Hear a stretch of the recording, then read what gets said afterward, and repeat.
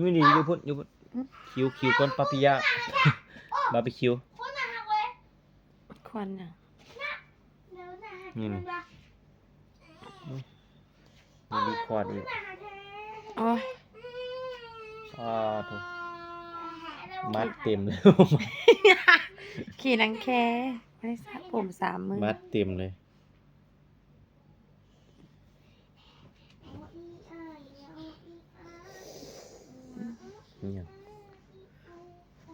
นี่ตัวยังมาตัวอย่างนั้นลาเปะมา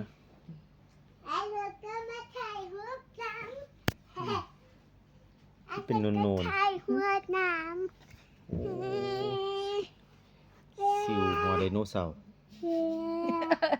เจ็บแล้วก็ถ่ายหัวน้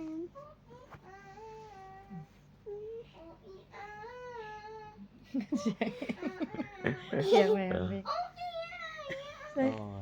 ไปใส่รู้สึกตูดมานำแล้วก็ตูดมาเข้ากล้องนำ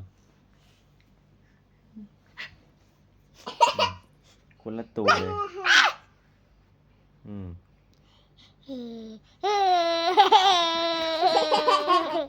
หน้าคนละอันกันนี่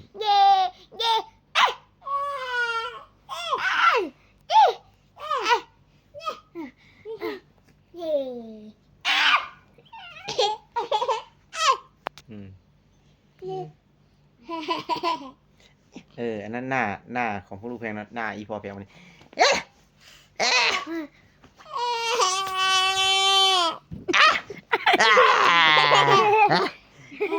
หน้าไอ้